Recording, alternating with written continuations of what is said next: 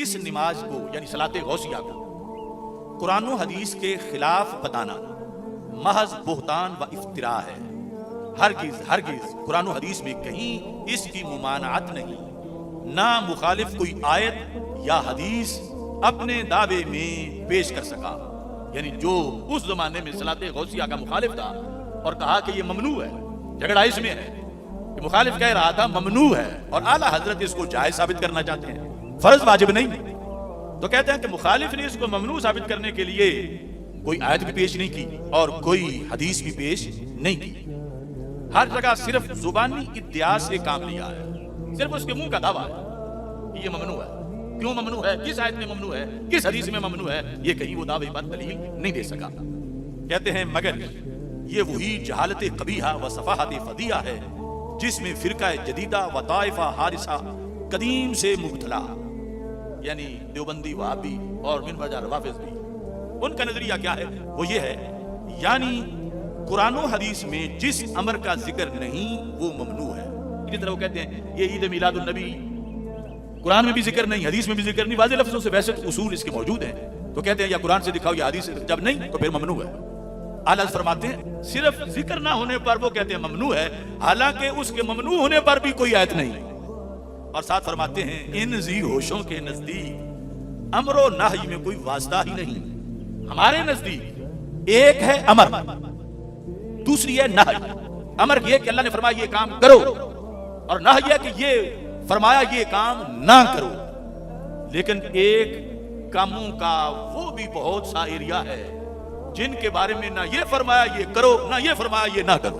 تو خلاصہ قانون کا کیا بنا کہ ہمارے نزدیک امر و نہی کے درمیان بھی ایک چیز ہے، امر و نہی جو نہ امر ہے اور نہ نہی ہے، اس کے درمیان بھی کافی چیزیں ہیں جن کا رب نے قرآن میں نہ حکم دیا ہے نہ منع کیا ہے۔ یہ جو درمیان میں ایریا ہے، اس ایریے کو اگر ہم ثابت کر جائیں قرآن و سنت سے تو پھر ہم فاتح ہیں، اور اگر نہ ثابت کر پائیں تو پھر یہ ہوگا کہ جو پھر ذکر نہیں تو وہ منع ہے۔ ہمارا مذہب یہ ہے کہ ذکر نہ ہونے کا یہ مطلب نہیں کہ منع ہے، بہت سی چیزیں ایسی ہیں جو واضح طور پر آیات میں ذکر نہیں لیکن منع بھی نہیں، منع تب ہوں گی جب ان کے بارے میں کوئی آیت اتری ہوگی کہ یہ منع ہے۔ جس کا ذکر ہی نہیں ہے نہ کرنے میں اور نہ کرنے میں، یہ جو درمیان میں ایریا ہے، اگر ان میں سے کسی چیز کو پکڑ کر کے کوئی کہتا ہے یہ ممنوع ہے، یہ حرام ہے، یہ اس طرح کی ہے، تو اللہ کا قرآن اس کو اللہ پر بہتان باندھنے کا اس پر حکم لگاتا ہے۔ اس کی اتھارٹی کیا ہے؟ رب نے حرام نہیں کیا، رب نے منع نہیں کیا، اور یہ رب ہے نہیں، یہ رسول ہے نہیں، اور یہ اپنی طرف سے ناجائز قرار دے رہا ہے۔ مطلب کیا بنا کہ جو آئے تھے ہم پر بدعت کا الزام لگانے، اعلیٰ حضرت نے واپسی پر ان کے گلے میں یہ توق ڈالا کہ یہ تو اللہ پر بہتان باندھ رہے ہیں۔ تو قانون ان کا یہ بنتا ہے کہ امر اور نہی کے درمیان کوئی واسطہ یعنی کوئی اور چیز، ہمارے نزدیک امر اور نہی کے درمیان واسطہ ہے۔ تو اس پر یہ ہو گیا کہ دو چیزیں ان کے نزدیک بنیں گی اور تین چیزیں ہمارے نزدیک بنیں گی۔ ایک وہ چیز جس کا اللہ نے حکم دیا اقیم الصلاۃ آتوا الزکاۃ، دوسری وہ چیز جن سے اللہ تعالیٰ نے منع کیا، مثلا خنزیر کھانے سے، شراب پینے سے۔ اب تیسری وہ چیزیں کہ جن کا نہ کرنے کا حکم دیا اور نہ کرنے کا حکم دیا، ان چیزوں کو رب نے جب منع نہیں کیا تو یہ اصل جواز پر ہے۔ اگر ہم ان کو منع کریں گے تو پھر رب کے ممنوعات میں ہم اپنی طرف سے کسی چیز کا اضافہ کریں گے، اور یہ اتھارٹی خالق کی ہے اور اس کے رسول صلی اللہ علیہ وسلم کی ہے۔ وما آتاکم الرسول فخذوہ وما نہاکم عنہ فانتہوا، اور اسی سے صلاۃ غوثیہ بھی ثابت ہوگی، اسی سے محفل میلاد بھی ثابت ہوگی، اسی سے تیجا اور دسواں بھی ثابت ہوگا، اور یہ ساری چیزیں کرنے والے شریعت کے پیروکار شمار ہوں گے اور ان کو ممنوع کہنے والے اللہ پر جھوٹ باندھنے والے قرار پائیں گے۔ تو میرے آقا صلی اللہ علیہ وسلم سے پوچھا گیا کہ مکھن کھانا اور پنیر کھانا اور فرا پوستین پہننا اس کا کیا حکم ہے؟ فرمایا الحلال ما احل اللہ فی کتابہ، حلال وہ ہے جو اللہ نے اپنی کتاب میں حلال کیا، والحرام ما حرم اللہ فی کتابہ، اور حرام وہ ہے جو اللہ نے اپنی کتاب میں حرام کیا۔ اب یہ دو چیزیں تو آ گئی، کچھ جن کا اللہ نے حکم دیا حلال اور وہ کچھ جن سے منع کیا۔ اب کیا کوئی تیسری چیز بھی ہے؟ اگر نکل آئے تو ہم برحق، اگر نہ نکلے تو وہ برحق۔ لیکن جامع ترمذی کہتی ہے سرکار فرماتے ہیں، صاحب شریعت فرماتے ہیں وما سکت عنہ، اور جس سے اللہ خاموش ہو گیا، یعنی نہ اسے حلال کہا نہ اسے حرام کہا، فرمایا فہوا مما عفا عنہ، اور وہ ساری چیزیں وہ ہیں جو رب نے معاف کر دی ہیں۔ اب حلال و حرام کے درمیان ہم نے کہا ایک ایریا ہے، ذکر نہ ہونا اس کا یہ مطلب نہیں منع ہے کہ چونکہ اس کا ذکر قرآن میں نہیں آیا، اس کا حدیث میں نہیں آیا لہذا منع ہے، اس پر ساری واقعیت قائم ہے نا، تو وہ کروڑوں مل کر بھی کہیں میرے نبی علیہ السلام کا اکیلا فرمان ان کے جواب میں کافی ہے، کیونکہ جو ممنوع ہو وہ کریں تو عذاب ملتا ہے، اور جب رب مرضی پہ چھوڑ دے جیسا دل لے کرو۔ اب کسی کے پاس قلم نہیں کہ وہ منع کرے، اگر منع کرے گا تو وہ رب پر الزام لگا رہا ہے، معاذ اللہ پہ بہتان باندھ رہا ہے۔ شریعت اللہ کی اور اللہ کے رسول صلی اللہ علیہ وسلم کی ہے، اور اس نے اپنی دکان منع والی کھولی ہوئی ہے کہ یہ منع ہے، یہ منع ہے، یہ منع ہے۔ تو پتہ چلا کہ شریعت کے اندر درمیان میں یہ ایک ایریا ہے کہ جس کے اندر رب نے نرمی فرماتے ہوئے، نرمی کرتے ہوئے اس پر لفظ بولا میرے محبوب علیہ السلام نے، اللہ نے معاف کر دیا اس سے۔ دوسری حدیث شریف حضرت ابو سالمہ رضی اللہ تعالیٰ عنہ کہتے ہیں قال رسول اللہ صلی اللہ علیہ وسلم، اللہ کے رسول علیہ السلام نے فرمایا بے شک اللہ تعالیٰ نے فرائض فرض کیے تو اپنی امت کو فرمایا فلا تضيعوها، انہیں کبھی ضائع نہ کرنا، جو رب نے فرض کیا وہ پورا کرنا۔ ضائع کرنا کیا ہے کہ سوئے رہنا، نماز نہ پڑھنا، معاذ اللہ روزے نہ رکھنا، استطاعت کے باوجود حج نہ کرنا، اور صاحب نصاب ہونے کے باوجود زکات نہ دینا۔ تو میرے آقا علیہ السلام نے فرمایا فلا تضيعوها، ان میں سے کسی فرض کو بھی ضائع مت کرنا۔ اور پھر وحرم حرمات، اور اللہ تبارک و تعالیٰ نے کئی چیزیں جو ہیں وہ تم پہ حرام کی، حتی حدودا، جو رب نے تجھ پر حرام کی ان چیزوں کا کبھی ارتکاب نہ کرنا۔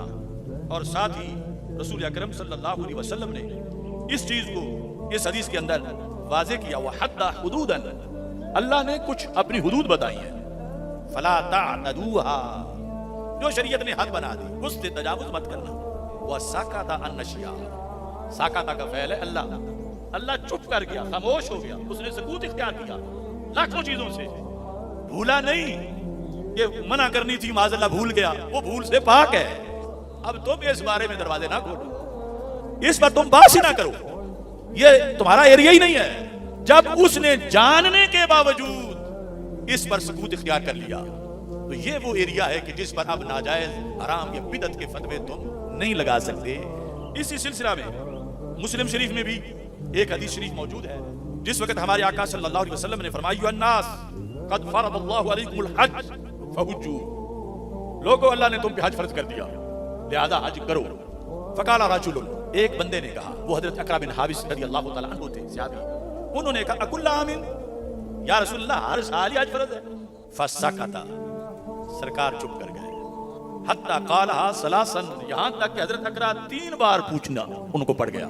اب میرے نبی علیہ السلام کو بول پڑے، فقال رسول اللہ صلی اللہ علیہ وسلم لو قلت نعم لوجبت، اگر میں نے ہاں کہہ دیا تو ہر سال ہی قیامت تک فرض ہو جائے گا، لیکن فرمایا ولم استطعتم، لیکن اس کی تم میں استطاعت نہیں ہوگی۔ یہ بات جب ہو گئی تو میرے آقا علیہ السلام نے صحابہ کی تربیت کے لیے فرمایا میرے صحابہ ذرونی ما ترکتکم، جس حال میں تمہیں چھوڑ دوں نا پھر مجھے نہ چھڑا کرو، ضروری مجھے چھوڑ دو۔ چھوڑ دو کا مطلب کیا؟ میں نے جو حلال کر دیا کر دیا، حرام کر دیا کر دیا، اب جب میں چپ کر جاؤں گا آگے کسی مسئلے پر تو مجھے نہ چھیڑو۔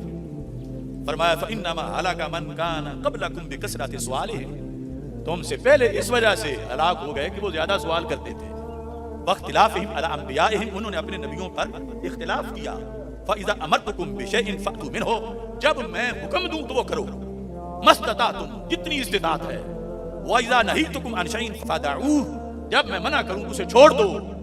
لیکن جب میں آگے چپ کر جاؤں تو میری حکمت کو دیکھو، مجھے پتا ہے کہ انسان کی انسانیت کی تعمیر کے لیے کیا ضروری ہے، کیا کرنا ضروری ہے، کیا نہ کرنا ضروری ہے۔ تو یہ ہے درمیان میں ایک ایریا، یہ اس کو بند کرنا چاہتے ہیں جو سرکار کھلی جگہ چھوڑ کے گئے۔ اب اتنی حدیثیں میں نے آپ کے سامنے پیش کی تو ہم دین بدلنے والے نہیں، دین بدلنے والے یہ ہیں۔ اس کے بعد اختصار سے آیات بھی بتا دیتا ہوں کہ یہ صرف 2 چیزیں نہیں، درمیان میں تیسری چیز بھی ہے۔ تو قرآن مجید قرآن رشید کے اندر اللہ تعالیٰ فرماتا ہے یا ایھا الذین آمنوا، اے ایمان والو، لا تسألوا عن اشیاء، ان چیزوں کے بارے میں نہ پوچھو. کن کے بارے میں؟ ان تبد لکم تسؤکم، اگر وہ تمہارے لیے ظاہر کر دی جائیں تو تمہیں برا لگے. لا تسألوا عن اشیاء ان تبد لکم تسؤکم. اعلی حضرت اس کا ترجمہ کہتے ہیں اے ایمان والو وہ باتیں نہ پوچھو کہ تم پر کھول دی جائیں تو تمہیں برا لگے. آگے اللہ فرماتا ہے وَإِن تَسْأَلُوا عَنْهَا، اگر تم ان چیزوں کے بارے میں پوچھو کہ اگر بتا دی جائے تو تمہیں پھر لگے اچھا تھا نہ پوچھتے. اگر تم ان کے بارے میں پوچھو گے حِينَ يُنَزَّلُ الْقُرْآنُ تُبْدَ لَكُمْ، کہ جس وقت قرآن اترتے وقت تم پوچھو تو پھر وہ تم پر زہر کر دی جائیں گی. تو مطلب کیا تھا؟ نہ پوچھو اور پھر ظاہر نہ ہو. کچھ باتوں کو رب ظاہر نہیں کرنا چاہتا، پوچھو تو ظاہر کر بھی دے گا. تو وہ کیوں نہیں ظاہر کرنا چاہتا؟ قرآن کہتا ہے عفا اللہ عنہا، اللہ نے معاف کر رکھا ہے. واللہ غفور حلیم، اور اللہ تعالیٰ جو ہے وہ غفور ہے اور حلیم ہے. اب اس لحاظ سے کہ جو یہ درمیان والا ایریا نہیں مانتے اور ہمیں کہتے ہیں تم نے بدعت کی، تم شریعت سے باغی ہو گئے ہو، یہ ہے وہ ہے، جو بھی وہ بکواس کرتے ہیں، ان کا حکم قرآن میں کیا ہے؟ اب ہم ان کو کٹہرے میں کھڑا کرتے ہیں. اپنی تو ہم نے صفائی دے دی، اب ان کا حکم کیا ہے؟ تو اس سلسلہ کے اندر اعلی حضرت فاضل بریلوی رحمۃ اللہ علیہ نے آیت پیش کی. اللہ تعالیٰ فرماتا ہے وَلَا تَقُولُوا لِمَا تَصِفُ أَلْسِنَتُكُمُ الْكَذِبَ. اللہ فرماتا ہے، اللہ فرماتے ہیں اپنی زبانوں کا من گھڑت جھوٹ. وَلَا تَقُولُوا لِمَا تَصِفُ أَلْسِنَتُكُمْ، جو گھڑتی ہیں تمہاری زبانیں، اللہ رب کے بارے میں کیا؟ جھوٹ. یعنی رب نے منع نہیں کیا، تم کہتے ہو منع ہے. وَلَا تَقُولُوا لِمَا تَصِفُ أَلْسِنَتُكُمُ الْكَذِبَ، کس طرح؟ هَذَا حَلَالٌ وَهَذَا حَرَامٌ. درمیانی ایریے میں جو ویسے حلال ہے وہ تو رب نے فرما دیا، جو ویسے حرام ہے وہ رب نے فرما دیا. اب یہ مداخلت کہاں ہے؟ وہ درمیانی ایریے میں. وہاں تم جھوٹ بولتے ہو اللہ کے بارے میں کہ رب نے اسے حرام قرار دیا ہے، رب نے اسے حلال قرار دیا ہے. تو اللہ تعالیٰ فرماتا ہے لِتَفْتَرُوا عَلَى اللَّهِ الْكَذِبَ، بے شرمو رب پر جھوٹ لگاتے ہو. یہ کہہ کر فرمایا کہ جھوٹ مت کہو کہ یہ حلال ہے اور یہ حرام ہے، اللہ پر جھوٹ کا افتراء کرتے ہوئے. ان الذین یفترون علی اللہ الکذب لا یفلحون، جو رب کے بارے میں جھوٹ بولتے ہیں، رب نے فرمایا نہیں ہے کہ نہیں، رب نے منع کیا ہے. تو فرمایا یہ کبھی بھی کامیاب، یعنی کبھی بھی جنت ان کو نہیں مل سکتی.